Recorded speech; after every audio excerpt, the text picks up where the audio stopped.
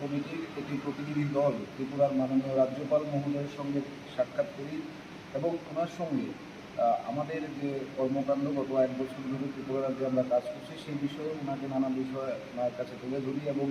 এ রাজ্যের সাংবাদিকদের স্বার্থে বিভিন্ন বিষয় নিয়ে আমরা আলোচনা করি এবং আগামী দিনে ওনার সহযোগিতা আমরা চেয়েছি এবং আগামী আগামী জুলাই মাসে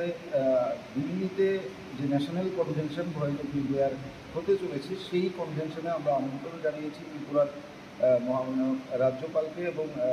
আমাদের যে কেন্দ্রীয় কমিটি সেই আমন্ত্রণপত্র ওনার হাতে আজকে আমরা রাজ্যপাল মহোদয়ের হাতে তুলে দিয়েছি।